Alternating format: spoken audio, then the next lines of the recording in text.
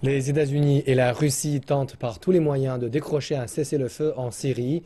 De son côté, la Turquie fait savoir qu'elle ne sera liée à aucun accord si ce dernier est considéré comme une menace pour la sécurité nationale. La Turquie n'est pas étrangère au conflit puisque depuis plusieurs dizaines d'années, Ankara combat les Kurdes à l'intérieur même de ses frontières. Le Parti des travailleurs du Kurdistan, le PKK, cherche à obtenir l'autonomie de la région du sud-est du pays. Ce groupe figure d'ailleurs sur la liste des organisations terroristes aussi bien en Turquie qu'aux États-Unis ou en Europe.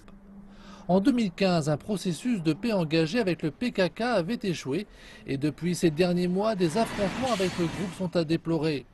Mais avec l'intensification du conflit syrien, les conséquences perçues en Turquie ne concernent plus seulement une crise de réfugiés. Un des facteurs qui complique la situation de la Turquie fait référence au groupe kurde syrien, à savoir le Parti de l'Union démocratique et les unités de protection du peuple. Alors que ces deux groupes combattent le groupe État islamique, la prise de contrôle de territoires à proximité de la frontière turque menace le pays.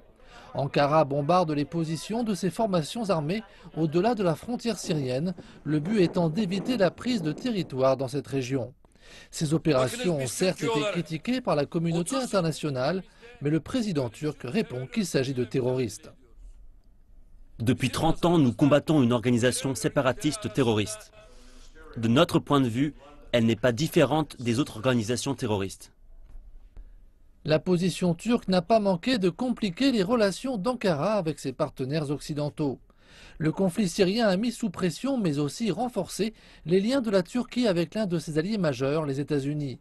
De part et d'autre, on estime que le groupe État islamique est une organisation terroriste et la Turquie a d'ailleurs autorisé Washington à utiliser sa base aérienne d'Isirlik, accentuant ainsi sa coopération dans la lutte contre le groupe extrémiste. Mais en ce qui concerne le groupe syrien kurde, les unités de protection du peuple, les deux alliés ont des opinions différentes. La Turquie les considère comme des terroristes, alors que les États-Unis estiment qu'ils sont nécessaires au combat contre le groupe État islamique. Une différence de point de vue qui a été mise sous le feu des projecteurs lorsque la Turquie a affirmé que les unités de protection du peuple étaient responsables du bombardement d'Ankara du 17 février.